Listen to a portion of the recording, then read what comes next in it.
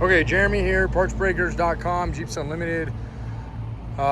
Jeeps Unlimited is what we've been known for since '84, but we had to change our name. Jeep got on us 2 years ago, so locally we're still known by that, but internationally or around the country we're Parts Breakers, and that's been going well. A couple years that way. Anyway, 87 and 95 YJ 6-cylinder frame, and I had one listed that I thought was clean, but I let one of my guys list it, and it's one of the reasons that I like to do all our listings. One of them is washing. I take meticulous time washing, and I'll tell you about that here in a second, and why that's important. And then two, I scope them, and then also in the video process, which is what you're seeing here, I go through it and list it. So in case I miss something, which is not super common, but does happen, and that. And anyway, the other one we had it as listed as a grade A. It ended up being like a B. And it's clean too. It's marked down a little bit, but the back of it, underneath the back of the frame rails here, is starting to split, which means that it wasn't scoped properly, at least, and it's eating itself from the inside out, at least on the back side. It's not a super hard fix, but nonetheless, definitely not what I like to call an A grade, which is what we've been known for 18 years. And no joke, I've been doing this that long, and frames and tubs were actually what I originally was only doing, and I was only doing Wrangler. So now I have 7 acres of Jeeps, and we do just about everything out here. But and the washing part of it is important too, because it's one of the things I like to say. I see a lot of people listing frames out there, and if you're one of them, shame on you. And I don't mean to say that in a bad way, but I'm serious. If you guys are out there painting your frames, especially a rusty frame, doctoring it up like I like to call it, I mean, what goes around comes around. So we wash these. We do it with 4,500 PSI and about 300 degrees of heat, and it cooks them. So that doesn't really do anything, except for it gets everything off. And if there's weak spots in them, it will blow through it. I know going into the frame listing part of it, that the frame's either going to be a good one, it's going to be a bad one, or it's going to be somewhere in the middle. And this is one of what I would consider an A grade frame. Matter of fact, if you've watched these videos over the years, there's every once in a while I'll say, this is one of the cleaner ones we've had. And in this case, this is one of the cleanest ones we've had. These are California frames. I got a whole stack of them, but out of all those frames, there's only 2 6-cylinders and maybe 1 TJ. The 6-cylinder and the TJs are the hard ones to get. YJs, 4-cylinders are hard too sometimes, but I have a lot of them, and it's a good time to buy those because they're discounted, because we have so many of those ones right now. If you're wondering what the difference is, if you want to save a buck, you definitely can. You got to move the motor mounts on a 4-cylinder. Shortness of the block makes the motor mounts, they set them back, and it's a good 4 or 5 inches, roughly. You'll have to measure that to be exact, but and the mounts themselves are slightly different, so you do need to have a few things in order to do that. But it is a matter of lopping them off and re-welding them. And like I said, if you're a welder yourself and have access to the brackets, if you need to buy brackets, it can be almost a wash. So anyway, that's neither here nor there. But the washing is what I consider an unmolested frame, meaning that it hasn't been doctored in any way, shape, or form. It's in the straight original, as it comes out of a Jeep, like that YJ over there. We will not buy loose frames. We won't buy Wranglers unless they get brought to us, and that sometimes happens, but those ones don't get parted for frames that are involved in accidents, specifically front end, rear end. They're not much of a frame. They're strong, but they're not strong enough to take a good head-on hit or rear ended. They've been pretty easy. So we avoid those at all costs. We run VIN numbers on loose frames, and we just verify. We work with a couple yards that do their due diligence, and some of them we pass on. So there's a couple areas that these crumple at, here on a YJ. TJs do it up front. They'll crumple anywhere, but those are the areas that if they get hit in certain places. So, and then as far as rust goes, different definition of rust for me, or for anyone at least to work around metal, is scaling. Oxidation, which is flash rust, which is what you're going to see here and a little bit here, is just where the bare metal showed up. This is very common in this area. This is right below your brake booster, and people constantly over pour or they leak, and it goes right down the frame and it peels the paint off. So by and large, this frame has got all the factory paint intact. This is literally the paint that it rolled off the assembly line with. And then the areas, again, you're gonna see usually the common, if you notice, this side is almost perfect, and you got this side, again, it's because it's above or below the master cylinder, and brake fluid will do that. So, and then it's pretty common to see in areas like this occasionally, areas that the bushings rub, you'll see, and that's bare metal right there. It doesn't take long for that to kind of flash over.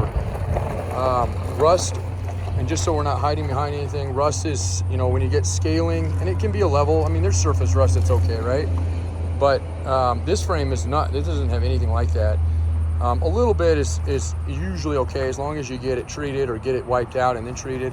But again, once you start losing layers of material, layers of that steel, and you know, where you start thinning, and sometimes even up here, what will happen is the bushings, and you can kind of see them here, they're not too bad.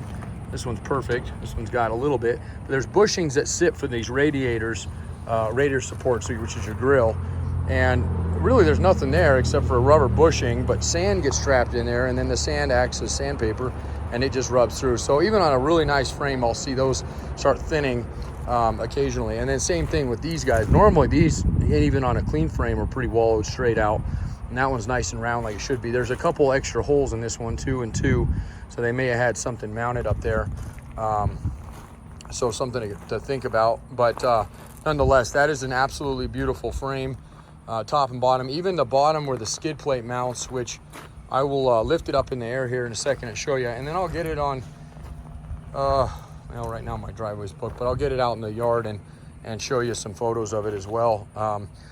And we'll go from there. So I will be listing frames today and the next few days and getting that California load taken care of.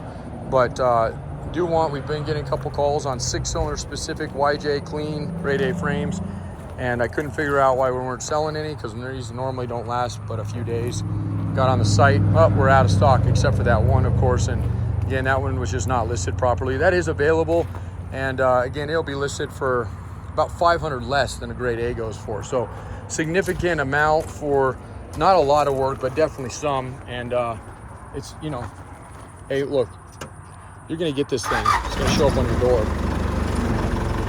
If something shows up on your door, it's not as I'm telling you or showing you here, there's only one guy you're gonna be PO'd with, right? It's gonna be me. So we have extremely good reviews online, our website, Facebook, Google, and I plan on keeping it that way. I know I'm giving you a lot of jibber jabber, but they do take a certain amount. So a couple little things on this one that will be discounted, won't be rust related, but will be, you know, like for example, this right here, not super common, but right, you can see it right there, and it's not even a crack, it's more of a tear. Let's see if it's on both sides. Yep. So both of these guys, so this definitely needs to be re-tacked up. It's not all the way off, and it doesn't look like it ever came all the way off, but definitely has, like, almost like it was, you know, the leaf spring was pulled down there. And they're not, you know, these aren't done real well out of the factory. A lot of people reinforce this area anyway. This side's fine, but just something to keep note of. Okay, and so, and even this, and what looks like it almost happened is, it's hard to say, but this probably had come down on a rock wheeling, because this has got a good size, almost looks like somebody hit it with a mallet. So it's not real noticeable, but again, I go through these top to bottom, so I definitely pick out things like that. That's something you can be almost guaranteed that somebody just winging it for their first time or not selling these as much as we do is not going to see. And again, not into the world, wouldn't be much to re-weld that back in place, but it's easier you seeing it now than finding it later. One of the things I want to point out is how clean this area is, because normally, again, even on a nice clean frame, you can get a little bit of scale buildup here from metal on metal. Just kind of a poor design. They didn't insulate that at all.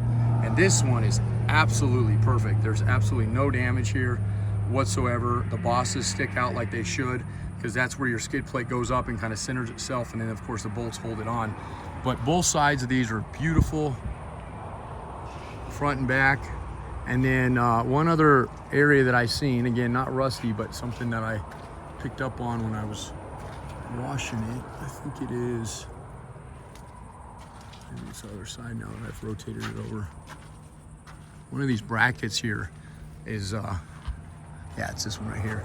So almost same thing as that front. And again, not super strong. They really don't need to be because it's gravity. And this is your tub mount, right? So I definitely would bang it out. And this is one of the things, it's kind of like painting it for me. I'd rather show it to you, discount it a little bit for you, show it as it is. And you know, if it's something you don't want to mess with, no problem. A lot of them will go in, they'll paint these things, cover up whatever's hidden, you know, what they want to hide, and then fix these. And you know, this one is not a hard fix, and we definitely could do it. It wouldn't be a hard weld to do, but just, we don't have a ton of time. We cycle a few hundred calls a day, and then with the customer load we have. So we'll pass on the discount down the road, and I'll price this one accordingly to those only two things, and show you the rest of this thing as we go. I didn't see anything else on it, but nonetheless, the video does help. And the videos are a little hard to see in the lighting right now, so I do apologize. The sun's a little bit not in the best, I think we're right above us right now. So, but all this here, and it's a little dark in this video, but this is beautiful too. This is another area that absolutely gets annihilated on frames. Usually just surface. Again, structurally they're usually not bad, but normally I see these are super ugly. And this one is absolutely beautiful. Still all the factory paint's intact. There's a couple things I left on this frame that we normally don't leave on it. Not a big deal, especially with a couple little taboos on it. But the fuel filter skid plate is left on it, and I'll leave that on it. We usually sell those. I don't think they're not very expensive, but they're a little bit. And then the top of, oh, that's something I should show you actually. This is another area that even on a nice frame will have a lot of scale buildup usually. But once again, on this frame, this is absolute buildup. So this little mount we usually pull off, but what I want to show you, and it's a little hard to see, is in here, this pocket, which there's no clean outs for. Typically, I mean, this is smooth as butter. Factory paint, all nice and clean in there. Normally, even on a nice clean frame, I'll see a little bit of scaling in there. If not scaling, definitely oxidation. Brake lines run in that area. But this one, absolutely perfect. So we're gonna give it an A- for the two things that I showed you.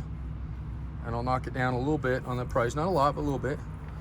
And if it's something you're interested in, great. If not, I got two more 6-cylinder frames that I'm gonna throw up that are both A's, or should be A's. Again, I'll run through them. I looked them over pretty closely, measured them all when I bought them. We run the scope down before we buy them too, because I can't tell you how many times that. It's just a cool little camera scope we throw in them.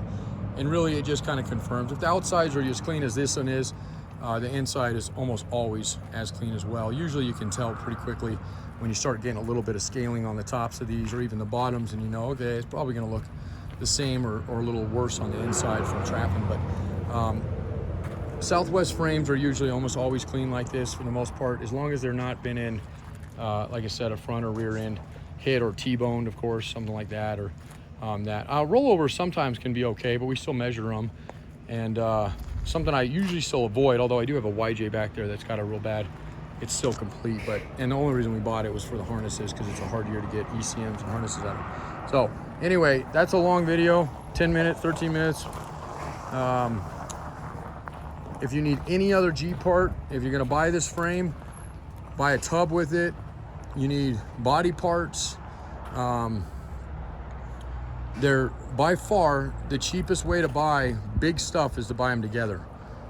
So a tub and a frame will cost half of what a tub and then a frame later will cost, but sometimes that's what you got to do. I get it, but definitely consider fenders, hoods, axles, engines, that kind of stuff. You know, I mean, that stuff's all fairly cheap to ship, but frames and the big items to ship, you know, fenders, especially hoods, stuff like that, windshield frames, you know, if you need anything like that, definitely get it on the order. Not only do you save a little bit more by buying in bulk, but it also saves you immensely on shipping. So, all right, that's it. 303-666-9020, partsbreakers.com. I appreciate all the time you spent with me today. And if you continue watching the videos, you're going to have even more time in it. So definitely give us a call at some point. If you've been hearing my voice for years, I'd love to talk to you on the phone, and we can chat about your project, even if you're not buying stuff. If it is just for chit chat, try to call me at the later part of the day, and I won't be so hurried to get off the phone. Usually, like I said, I do a couple hundred phone calls a day, and or towards the end of the week even. Monday, Tuesdays are our busiest days of the week. So, but that can be all throughout the week too. And we're closed Fridays, but you can always reach out. If I have service, I'll answer. So, okay. And then shipping times on these guys has been super quick. We had a frame get picked up about 2 weeks ago. Went to Maine. They had it. They bought it on a Thursday. This doesn't always happen, but they literally bought this thing on a Thursday, and it got there on a Wednesday, the following Wednesday. So we use our own hot shot companies now. I even do the loads myself sometimes in the winter, but right now in our summer months, we use our hot shot crews. They're phenomenal, and they're very, very good rates. Way better than you're going to get anywhere else, or deal with a freight company. They'll get them right to your door. So, all right, appreciate it. Thanks a lot.